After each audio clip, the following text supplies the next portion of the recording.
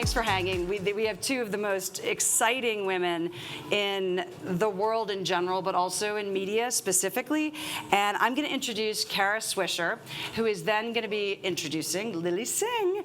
And I know that there's like a huge line outside that we're somehow not letting in because we just want to be really exclusive or something. It's going to start getting crazy in a minute. But okay, so my admiration for Kara is storied and everyone knows it and it's profoundly, I put on a whole conference just so I could meet her. and that's, you know, whatever. I got to know her best friend from high school. And I don't kid because there are very few people who I can rely on as journalists to really tell you what's happening in the business of technology and the business of media.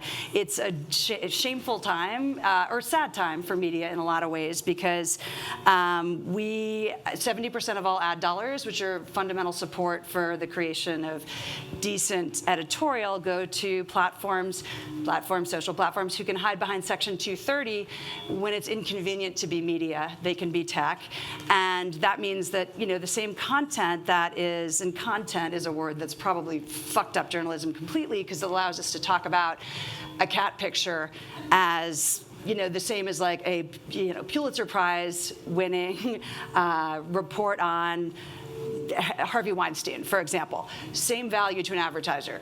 Both those two things in terms of adjacency, because audience targeting, algorithmic targeting of content and advertising has gotten so good that theoretically you don't need editors, which is so not true. It's the demise of civilization. But we all have to scrap as media companies for that last 30% and charge people, which means that only those who can afford subscriptions are going to get decent content in some cases. So with all that sadness, there are a few people, and you're about to hear from two of them, who have produced who they themselves are media platforms. They are able to reach their audiences without intermediaries, really, because you want to follow Lilly and you want to follow Kara.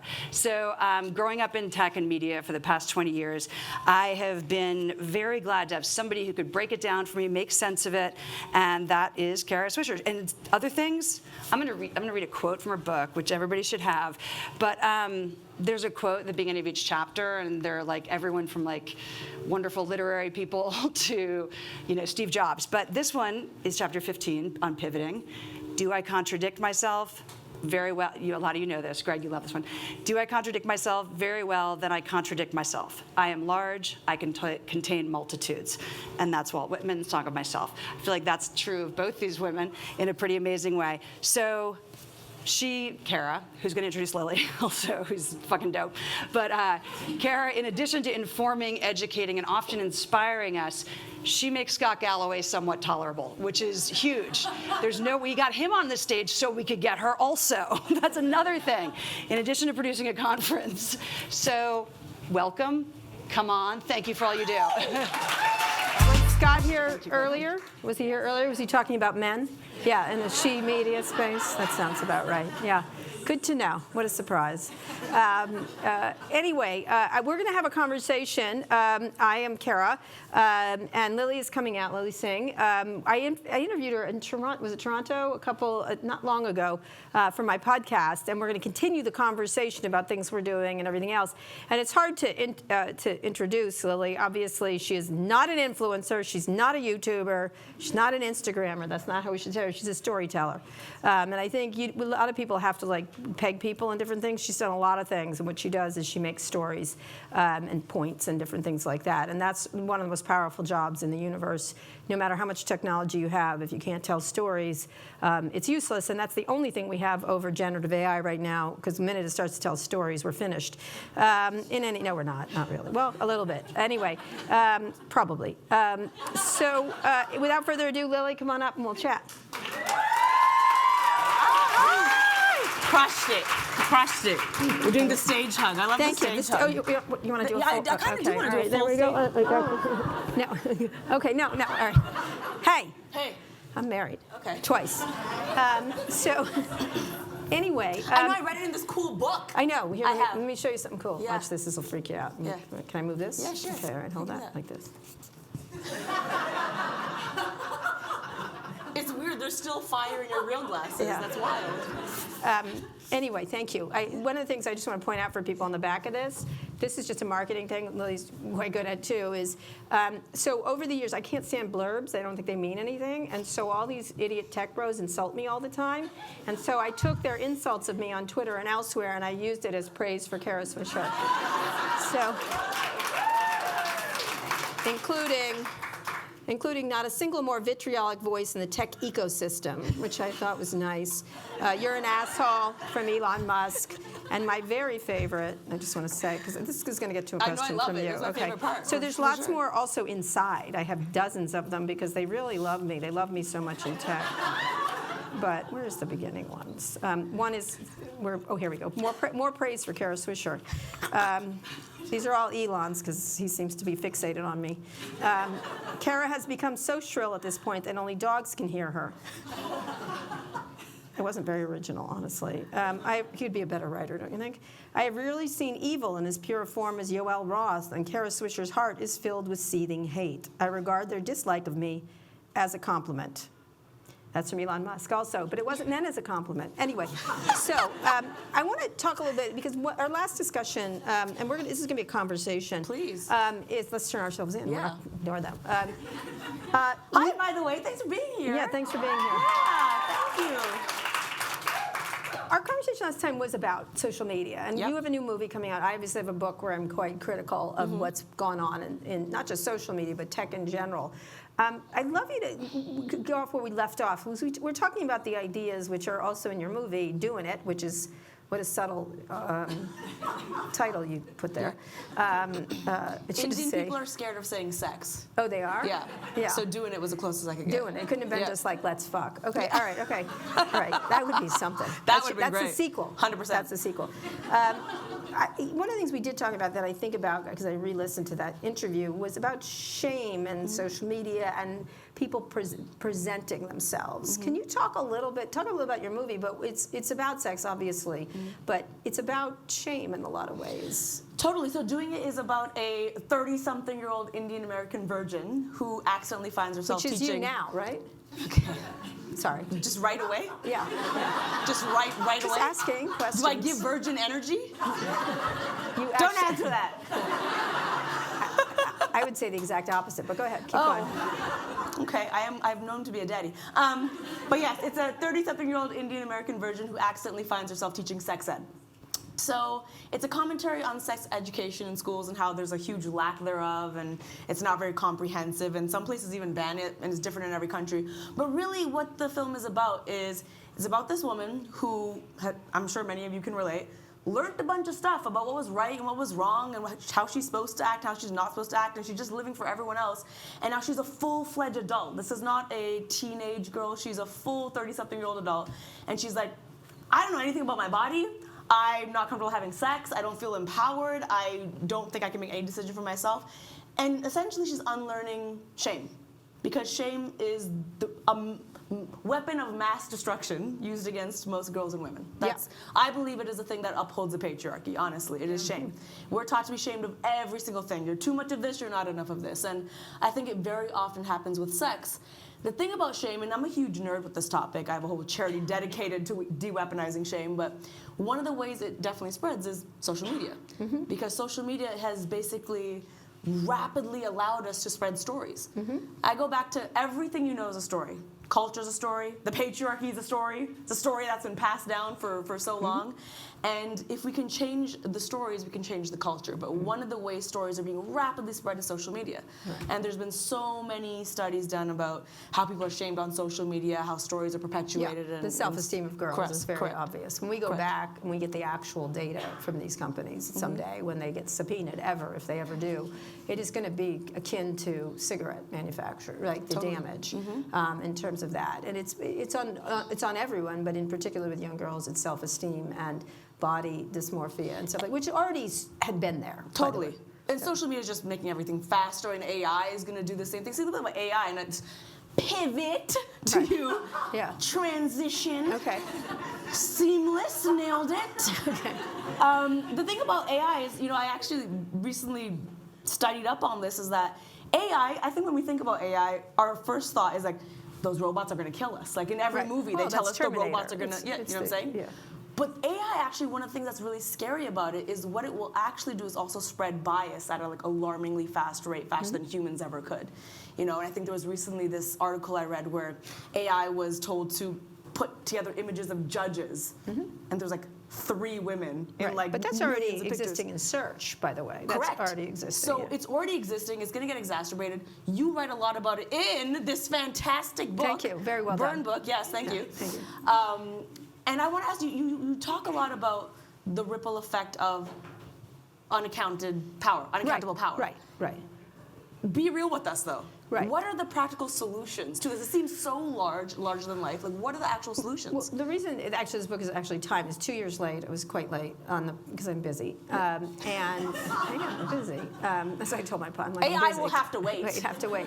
But actually, what's happened? 2 things have happened in the past couple of years that I think is well timed. Is one is we are seeing this resurgence in investment in the internet for this next phase, and it is a phase. It is a massive shift, which is artificial general intelligence. And this is self-actualized, not just you search for something, it comes back to you. That's sort of just the algorithm, which is still algorithm determines everything, by the way. And so it's not just that, it's a super high-powered version of it. You know, if someone years ago, I remember the first person who really was talking about this, one of the people was saying, right now, artificial intelligence are as smart as dolphins. And dolphins are pretty fucking smart. Right. They are much smarter than we realize, and it's going to get past us really quickly, and it will make us seem like a house cat. This is something, in fact, Elon Musk told me when he was normal, and so there was a before time, just so you know, and. I think what we're not seeing is it's what we've had, and the reason I think the book is well timed is like, let me tell you what happened in the first part when we only had muskets, right? And we had muskets and swords here. Now we have nuclear weapons. Let me explain what's going to happen. If this happened, this much damage happened in this period with not very good weapons, which are very powerful, what does it do when it becomes better and better and better, and it knows this more, and it doesn't just ingest data, it ingests it and then spits it out in a much more discernible way. Totally. That's a real problem. So you talk about bias or whatever. You can think of 20 or 30 really negative things that could happen, and lots of people are. And a lot of it comes from science fiction, like the Terminator. That's your thing. They're going to kill us. There could be all kinds of biases, and it could go the other direction. Google just got in trouble with its AI because it asked for popes and it wouldn't put a white person in it; it only put black people in it. So that was, of course, the anti-woke crowd lost their minds. They didn't mind it before when it was spitting out nonsense on the other side, but now they're totally offended because they live in an industrial grievance complex, which is headed by Elon Musk. By the way, today he's tweeting, and I know I live rent-free in his brain because I'm #2 on the New York Times bestseller list, and for some reason today he said the New York Times bestseller list is a myth. Why today? I'm like, ha ha, you stupid ass. Like, I'm still bothering you. I'm here for this roast, honestly. All right. I came for a chat. I'm here for the roast. But you get your answer. This could go lots of directions, both good and bad, and it has just the way the previous one did. And the big quote in this book is Paul Virilio, which I've quoted a lot, which is, when you invent the ship, you invent the shipwreck. Right. And so we have a lot of ships, we have a lot of shipwrecks and no lighthouses, right? And the same thing, when you invent electricity, you invent electrocution. We have a lot of great things about electricity. The lights are very nice here, for example, and I enjoy heat. But one of the negatives is that these tech companies largely run by the same people, which is largely straight white men, and it just is. I'm not being biased. Totally, I have 3 These are sons. facts. I like straight white men. All my sons are, seemingly, right at this moment. No, they really are. We'll see. No, they are. They are. It's really quite astonishing. I've got the most heteronormative children I've ever seen. I don't know how it happened. Really, I'm literally like, what is going on here? One person, really negative anti-gay person, said, "You gay people, you're making gay people." I'm like, "No, I'm making straight people. You're making gay people." All I do is make straight people all the day long. But it's really problematic because the ways it could go wrong are so deep, because we've seen what has gone wrong with less things, that we have to start to mitigate the negative parts and stress the really positive parts, which are massive too. And I'm scared that this part, because it's run by unaccountable people, will not be able to let you mitigate this part because they've got all the money, all the power, all the control. So how do you kind of bleak? It is bleak, but because you've been part of this as someone who's been very active on social media. It's obviously changed your career in a lot of ways that couldn't have happened before, correct? Yeah. Talk about that, because there's a positive thing. No one would have seen you, but you would have been like, no, thank you. Yeah, every time, and I think we kind of spoke about this last time in Toronto as well. I have thoughts and feelings about social media, and it's a bittersweet because my entire career, for those that don't know, my whole career started because I made YouTube videos in 2010. Yo, what's up, OG fans? I see you. I respect that. Okay, I like it. So I have so much. I'm so grateful for social media. It gave me an entire to them what attracted to you to that. What attracted me? How old? 2000. What is math? Like 20-something, mid-20s? Right, okay. It's 2010, and I'm going to university, following my sister's footsteps, doing something that I'm not super passionate about because there's no options. Like, I have to follow this linear life and line that's been presented in front of me because my parents and no one else in my family has seen anything else. This is the line you follow. As a kid, I loved entertainment, but I lived in Toronto. I lived in a small town, actually, adjacent to Toronto. How was I supposed to do that? But YouTube came about, and then I didn't need a casting agent. I didn't need to, right away move to LA. I started uploading videos, and it was unfiltered. No one was telling me what to say, what to do. There were no rules at that time. And the opportunity to build community. Maybe my first video, I always say, got 70 views, and I was like, well, I'm goddamn famous now. And so 70 people, there's 70 people here. So I was like, this is really cool. And I was able to talk about things I never saw anyone else talk about. Talking about my period, talking about boys, talking about fighting with my parents. Like, I'd never seen a brown girl talk about that stuff. It's like, this is really cool. And I could build a community. And it has been amazing in that way. I've built a great community. I've done incredible things. I've got the privilege to go on 2 tours, write 2 books. You have 3, you beat me. And just move and do all these incredible things. But right now I'm in a place where I'm like, I've really seen social media evolve into something where I'm really torn whether I think it's redeemable, to be honest, because it has effed me up. Like, my mental health. You talked about this. Yes. So over the past 2 years, not to get super deep, I've had to do so much therapy around just redefining what success means. Because since 2010, for the decade that I made YouTube videos, success was very clear. It was number. How many views did this video get? That is directly correlated to how much money I make that month based on the views. How many subscribers do you have? Any brand deal was, send us the analytics after. We want to make sure there's this many clicks, and that's how much money you're going to get paid. Everything was based on that. Right. And now I'm in this place where I'm like, I don't want to do that anymore. I want to, create stories I really, really like, talk about things that are important to me, and it's okay if they don't go viral. My brain is like, shut the F up, because you need to keep getting that validation. So literally, I'm trapped in this thing where I want to evolve because I have new goals, but my compulsion is to keep chasing the same goals. Because one of the things I do discuss is the problem with a lot of this and a lot of technology, the way it's been designed. And by the way, it's designed like this. There's a couple Not things. An accident, yeah. It's not. It's a casino. It's designed on a casino basis. It's addictive, no matter how you slice it. So you cannot put your phone down. You can't stop looking at it. It's impossible. One thing I say I do a lot, which I do when I'm around cities, when people are looking at their phones, I walk up behind you and I go, look up. And someone someday when you read about my untimely death, you'll understand what happened. But most people go, oh God, I can't believe I was doing. You know what I mean? They feel bad because they know. They know it's like Twinkies or something. They understand the addictive nature of it. But it's also Twinkies was the go-to? I don't know. What can't you eat a lot of? What is something you can't eat a lot of? You have to eat a lot of.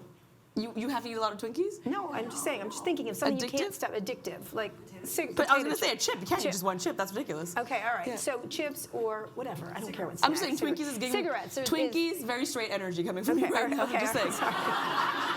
Old energy. Okay, you just got me off my mark here. Sorry. That's okay. You look up, addictive, it's addictive. It's addictive, but Yes. it's not just addictive, it's necessary, right? It was necessary for your job, right? And your job got you addicted to it, this sort of look at me culture. The way Correct. it's designed is that you can't leave. It's, you can check in, but you can't check out, that kind of thing. Totally. And that's a problem, because then your world depends on it, and then your psyche depends on it, right? Then you cannot leave it. And what COVID did, which I thought was interesting, it accelerated everything in that we were dependent. And we're dependent, we have to do it for work, and it's addictive. And it also has all the information, so Right. it's necessary. And so that's a really difficult thing to pull away Totally. from. But what it does, the design changed at one point, where it was about, say, Uber. You don't linger over your Uber account, right? No. You don't sit there and go, oh, cars are moving around the city. You don't care, right? Think about it. That's a utilitarian kind of attitude towards it. Right. A lot of apps are utilitarian. But the way they've designed these phones and everything else was that you go to the things that you need to eat a potato chip over up next. And it's really hard to imagine what you could do to stop that. And the second thing is, as the algorithm builds, it brings in new biases because of what you're looking at. Totally. And it won't respond to anything else because of where the algorithm is going. And you won't get everything that's you may want to surface gets desurfaced. And the stuff, it constantly surfaces enragement for engagement, right? Enragement equals engagement. And that's a prescription for where we are right now in our society. Totally. Which is why anytime someone says something bad about me, that's the first thing served on my algorithm. Right. Where I'm like, are you stupid? Why are you showing me this? They're not. They're very smart. It's why they're showing me things that'll get me to comment and like, anyways, in therapy, that's what I've been working on. And I'm happy to report I'm way better. Like, I've distanced myself a little bit. I do use it as a tool. I do not let it use me as a tool Right. because it used to be the other way around. And now I do really see it as a career tool. I don't need to, it's not my identity, it's not my version of success. It's really, really hard though, and it's really been a mental journey. But I will say, one thing I do like about social media is I still believe it is one of the few areas where men and women have equal, like on YouTube, I never felt, oh, people are not going to watch me because I'm a woman, because it was up to the people, right? You, however, come from two industries, journalism and tech, that are super male-dominated. You see that transition? Friggin' nailing it. God damn it, I'm so freaking good. Tech and journalism. Right. And you have been unapologetic. You have Yeah. always said what you wanted to say. That must have been super challenging. Was one more No. challenging than the... No. No. Fear, talk us through that. What do you mean no? I think I'm fantastic. I don't know what to say. I've always thought I was fantastic. I really am. I'm not being, that's not arrogant. I'm like, I don't think I'm fantastic at basketball, and I don't think I'm fantastic at other things, but the things I do, I'm very confident I'm good at. You know what I mean? Can I ask you like a really big, I'm just so Sure. curious. This is, so let's say you write about a lot of people in this book. Yes. A lot of very influential people, powerful people. Yes, who could have me killed at any Correct. moment. Yes. Exactly. Some Again, of them, you know what happened, everybody. Call the police. Go ahead. some of them fans of yours, others Not so much. not so much. Yeah. When you write about things like this, or when Elon says that to you, what is the process in your mind that is not falling and plummeting and questioning yourself and doubting yourself? He's such an asshole. Like, why is it? It's not my problem. I'm sorry his, this is what I say a lot about a lot of these people, it's not just these, I'm sorry his parents didn't hug him enough. It's not my problem. You know, I don't think it's about me. It's not about me. Most things people say, you know, you watch someone like Trump or anybody else, you spew things on social media, it's always about them. It's never about you. And when it's about me, it's usually, I pay attention, but it's not. It's never, you know, whose heart is seething with hate? His, not mine. Right? That's obvious. And do you have the same outlook when, because the internet has now made anonymous people able to say whatever they want to, do you have the same outlook for them? I don't pay attention to them. Why would I pay attention? Why would you pay attention to people that aren't in your nexus of people who love you? I just don't understand why you would do that. I have a list of reasons why you could listen Why? to them. Why? Well, I know, but if Because someone goes... they're meaty boffinis, I that's know, why. They're meaty boffinis and I hate them. Is that the technical term, mean Yes, buffinis? yes, exactly. I Well, just, quick show of hands. Honesty hour. Someone says something mean about you online. Are you impacted? Am I the only? Yeah, right? I feel like this is a rarity right here. I feel like you're saying it like it's common sense, but all of us are like, how the hell did you do that? go fuck yourself. Like, I don't know. It's just like, why would you let someone? Now, look, if you wanted to go like deep with Kara Swisher in therapy, probably I had a tough mom, so I'm used to it. Like, I'm like, whatever. My mom can do 10 times better. Like, are you kidding me? Come on, move along. I think part of it was being gay and being out very early because people didn't like you for being gay just because. And it seemed so stupid. It was like, even back when it was much worse, it was really bad, and you had to be furtive and hidden, I was always like, why, what in the world? I'm not like that. Why are you saying I'm like that? It was false. And I think probably it's because I have a commitment to accuracy, and it drives me crazy if people aren't accurate. And they can have any opinion they want. That's fine. I'm good with that, even if I don't agree with it. But if they're inaccurate, it drives me nuts. So you love accuracy, which is why also tech is beautiful, but also you kind of have high expectations of it. I have high. It's the second part of the book is a tech love story. It's a tech, I love it because it could do great things. And when these people fuck up the room, I'm like, what are you doing in the fucking room? It's a great room. It could be great, you know? And I do quote that famous Maggie, you know, this house has good bones. I mean, it does. It could, or it could go another way. And, you know, what's interesting to me is someone who doesn't, you were sort of moving, not away from tech because it's like it's everywhere. It's like the oxygen. Yeah. In your movie, you're making an app. Correct. Which you could never make in real life, by the way. Correct or not? Because it's about sex education, and that's gotten so polarized and ridiculous. So yes, in the film, without no spoilers, go see it at the premiere, March 12th. It's a few days. There's a lot of go sex see in it. We stepped out of our comfort zone. Yeah. By a lot.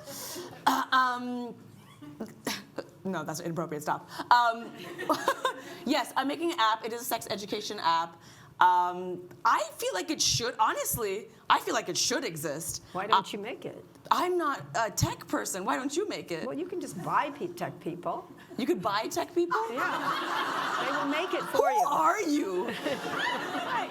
Just buy tech people? Just get some. You pay them money and they make you the thing you want. No, I understand that. I understand. And maybe I will. Someday, actually, with artificial general intelligence, you'll say what you want and it'll make it. You aren't going to need. I do believe it's something that should exist, but I do believe. Do you know how your car works? Do you care? You just turn it on. That's where it's going. Like, think about it. I'm scared to tell you I have a Tesla. Okay. You can have I'm scared. I'm sorry. I'm sorry. I don't know how to parallel park, okay? It's my only option. Let me just say, I don't have a problem with Tesla Elon. Okay. I call him Tesla Karen. I don't have a problem with Tesla Karen. Yes. I like SpaceX Karen. I even like the digging under the city Karen, that one. I'm like, oh, that's interesting. I don't like Twitter Karen. Twitter Karen's a fucking asshole, like I said. But go ahead. But I will say, going back to our conversation, I think I do believe that social media and tech has so much goodness to it. And especially in any cause you care about, really tech could really help, social media could really help. My entire mission is storytelling can change the world. Social media is a massive part of storytelling. But my final question to you is, and you might not have all the answers because... I do have all the answers. Okay, great.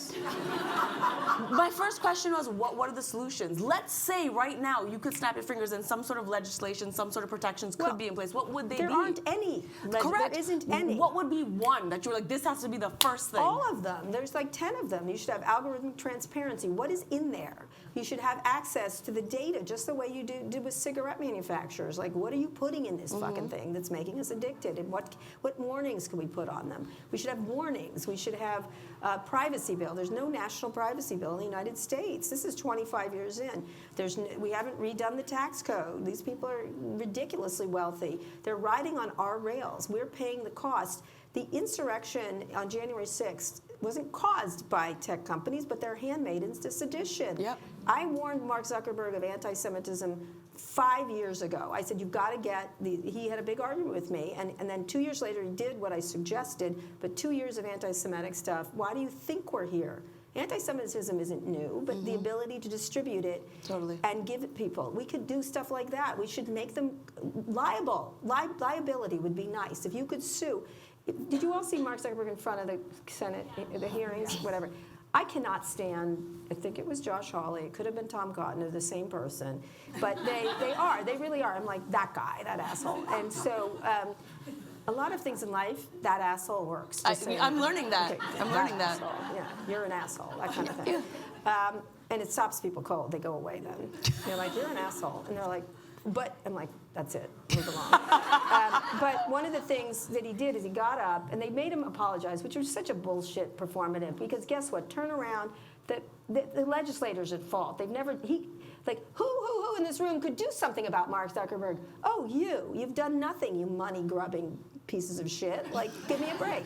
But he turned around to the parents, and he didn't apologize. He did not apologize. He said, I'm sorry for what happened to you, which is like saying, I'm sorry it's warm outside. Nothing to do with me. But instead of saying, I'm so sorry for anything I've built that has caused your children pain and caused this to happen, we all need to work together. Anything that was a real apology. He didn't. Fine, whatever. What needs to happen is those parents who are holding up pictures of their kids, and I have a lot of kids, it matters to me. Like, I have, especially a daughter. I have a 4-year-old daughter I'm very worried about. My sons I'm less worried about because of the messaging is so all over the place. Right. But when they held up those things, I thought, every one of those people should be able to sue Mark Zuckerberg if they win or not. But no matter what you think about Donald Trump, he got sued, and Roberta Kaplan got $93 million. He lost in court. These people should be able to be sued at the very least. Antitrust legislation, it goes on and on. Our legislative officials have done nothing, zero, because they have the money, they're addicted like we are. And they think these people are magicians, and they aren't. There's unaccountable, the richest people in the world are unaccountable and can do anything they want. And that's called a kingdom. That is not called a democracy. And so that's my thing. I have one more last question for you. I know the time's up. Yep. So your whole medium has gotten, I'm talking about the movie making. You did this on your own, right? Independently financed. Our financier she was sitting right here. Right. But I will say it's really, really cool. A group of South Asian people, majority doctors, came together and financed this film, which was a bunch of doctors that were told they couldn't be actors. Right. Their parents wouldn't let them. And this is their way into Hollywood now. Right. They're like, it's really cool. Parents, but it really is cool. Like, it takes a village. This movie might not have been made by traditional means because it is through the lens of an Indian woman. Wouldn't have been. Exactly. And so it's independently financed. I'm very proud of that. So how do you look, just very briefly, and then they go, but how do you look at that, making things today? Because it costs money to make a movie. How do you look at the new paradigm? Because all this stuff is now supplanted how you distribute. Now, on one hand, you can reach more people. Right. On the other, the economics are collapsing for theaters and things like that. So I have an answer. I hope it doesn't come across naive, but I'm confident. This is what I believe, honestly. This is my first film. This is my first rodeo. This is my first South by Southwest. Right. I'm going to learn so much during this whole process. I produced, co-wrote, and I'm the lead in it. Okay. And my production company's first film as well, Unicorn Island Productions first. Unicorn Island, because I'm an adult. Right. And I can name my company whatever I want. Did you really call your company Unicorn Island? Correct. Oh, my God. Yes. I have a box of stuff my 4-year-old's almost done with. I'm going to send it to you. Not to go on a tangent, but anyone who follows me on YouTube knows I really like unicorns. So when I came out and I went on dating apps, my profile said unicorn. I learned that it means something else. Very quickly. If you don't know, I see South Asians nodding politely because they don't know. It means like a third. It means someone who's interested in being. I learned it the hard way. But yes, this film. Here's the thing. Going back to what I was talking about, redefining success. I read an article about an Indian soap opera that came out years ago, and they did a test and learn on it. It was 2 seasons. Couple in India, I say million lightly because there's a billion people there. A couple million people saw it, and it was able to change attitudes in a village or two about the age women should get married, how women should be treated. Reading that article, seeing the impact I've had on some girls I've been privileged enough to have, success has got to be more than the movie sold and it did this much on Netflix or it got this whatever. It's got to be measured on like, dude, people will become healthier, positively impacted if a girl sees this and now feels inspired to do something that she didn't think was otherwise possible. Like, that is success. That is the legacy. I really think we need to rewire our brains to think that way. So I hope I have that same answer five years from now. What are you making next? I got a bunch of things I want to make. I have a slate full of TV shows and movies. I'm obsessed with my mom. I know that's nerdy, but I love my mom. That, yeah. She's a immigrant woman from India who just crushes it and kills it. And I have a group of aunties, true story. They call themselves the Fun Gang. They have a WhatsApp. You all know the family WhatsApp. It's called Fun Gang, but they're a group of aunties that are like, they make sex jokes, they do shots. They're like not what we see on TV. I want to make a heist movie about them. I want to make a movie about Indian aunties where I'll give you the quick premise. Don't steal this, please. The group of aunties, okay, they go to their holy grail every Sunday. It's not brunch, it's Costco. And they win a trip, they go on a cruise, they get kidnapped because another rival gang thinks they're a real gang, fun gang. And it's this whole heist movie where you get to see these women be so empowered and be the main character because they never treat themselves like the main character. I want to make them the main character. I want to make that. I want to make stories like that. The fun gang. The fun gang. Yes. Well, she is a fun gang. You're a fun Thank you gang. very much. And I know this has been on 0 and we're done. I'm not going to ask another question. This is on 0. But I do want to say one thing. This is the second time. Okay, cool. This is the second time that I've spoken with Kara, and I have to say, you are incredible. Like, I just really want to take a second to say you are actually incredible. I do a lot of panels, and I mother effing wing them. And this was the only panel where I was like, I gotta come correct. Kara is so intelligent. She's gonna ask pointed questions. Yeah. This is the type of person we need in this world. That's true. So Thank really, you. I just have to say that. Thank you. I Yes. appreciate it. I appreciate it. That's very nice. No, so it's been a pleasure, seriously, Thank speaking you. with I you. am fantastic. as I don't know. said. It's a fact. I'm gonna be honest. I don't know how to end this. I don't know how to walk off. You come up and You should end this for us. Yes, you should end this. If they want to ask a question, Would you guys like to ask questions? I mean, that's a fucking offer. Okay, because we don't have a mic, stand up, shout your name. You, I see you. Okay, I'm gonna go see people.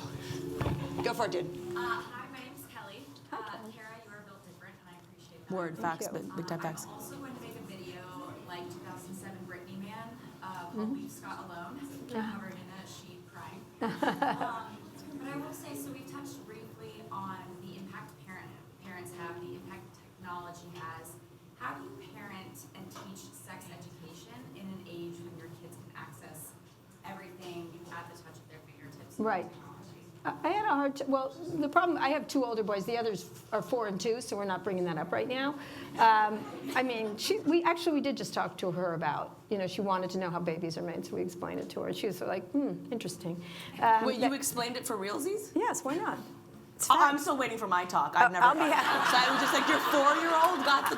Wow. I will come over and explain I would it love to that. you. And a boy likes a girl. No, we were just talking about pregnancy, not like the other parts. Cool. You have to be relatively uncomplex with a 4-year-old. But what I do with my boys is, they're a little bit younger. Now there's like a prevalence of porn online for boys especially. Like it's crazy, the amount of porn, and the dating services can be problematic. And we had his other mom, who I'm not married to anymore, but we're all close together. She was the CT, she was at Google, early Google, and then MIT board. She was the CTO of America, and I'm doing what I'm doing, so they couldn't put anything over on us. It was like it was impossible. And plus we knew all the creators, so we could turn things off if we wanted to. And so one of the things we did, which is we talked to them about porn. One of the things is like the way screens and the way that is. But they were not that addicted to screens, interestingly. My boys were not. They did have phones early, but we talked rather frankly with them about it, and we let them look at things. I didn't prevent them from seeing things, because I think you make something off limits, people become, and I'll tell them what I think of it. And one of the only 2 worries I had was the doom spiraler into radicalism that happened on YouTube. So my son's like, what's with this Ben Shapiro? I'm like, oh, he's an asshole. And and he goes, well, I want to watch it. I said, you should watch it. You'll find out he's an asshole. But that's up to you. Like, you'll decide if you think because he has an impact on young men, like a lot of people, because he has all the answers, apparently, which there are none. And and I said, you listen to him and you make your determination. And he did. He's an asshole. Oh, Mom, he really isn't. I'm like, I told you he was an asshole. He's like, okay, he's an asshole. That was the whole thing. But he got to listen to it. Like, I let him do that. And except it would push him to more radical stuff. I was watching YouTube. So I called the head of YouTube, Susan Wojcicki, and I said, what is going on here? Why is it auto-playing into, like, anti-Semitism? What is going on? By the way, Ben Shapiro is the opposite, really. Like, it was weird. So that was the concern I had. But we didn't limit any of his use. And then for my older son was much better. He doesn't like he's taken every social media app off his phone. He doesn't like dating services. And I was like, are you dating? And he goes, yeah, I don't like those dating services. That's how people are dating now. And I go, why? He goes, it makes me feel sad.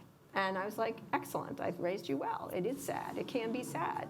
And they like to meet people in real life. I think there's a big trend of younger people pulling off of that. And so we weren't particularly anything. We just wanted them to challenge themselves and not go for easy answers. And they used it. They just didn't use it that much. And my 18-year-old refused to let us put anything online about him at all for years and years. Now he's better because he's really, really handsome. So he's like, you can put that up. I look good. And so now he is. But he let it control. I was a little bit too much in the beginning. And he called me a sharent, which is a sharing parent. I know, right? He's so funny. And I stopped. I had respect for him. He said, please stop it. And I said, I'm so sorry. I apologize. And so that's what we do. I don't know. Do you have children? I have a dog. Okay. But I was gonna say you probably that put your dog up a lot without consent. I do, and he knows what he's very cute. But I was gonna say the one thread, I'm not a parent, so I don't want to pretend like I know what I'm talking about. But the one thread I do see with what you're saying is, and it kind of relates to the journey I just spoke about. The one thing that does counteract some of the negatives of social media is in-person connection. Yeah. Because I do feel for years my brain was like, social media community, in-person community. I'm sad to say they were on par. I valued them the same. And I had to train my brain to be like, actually, that's wrong. One should be. So anytime I felt myself compulsing towards social media, I would literally call a friend and invite someone over to counteract. And what you're saying is correct, is you can't prevent screens, you can't prevent social media. Like a lot of the stuff is so integrated into our world, but the in-person conversations, the communication in real life, like really emphasizing that is the key, to be honest. My boys call me. Somebody was like, oh, my kids never talk to me. I'm like, my kids never stop talking to me.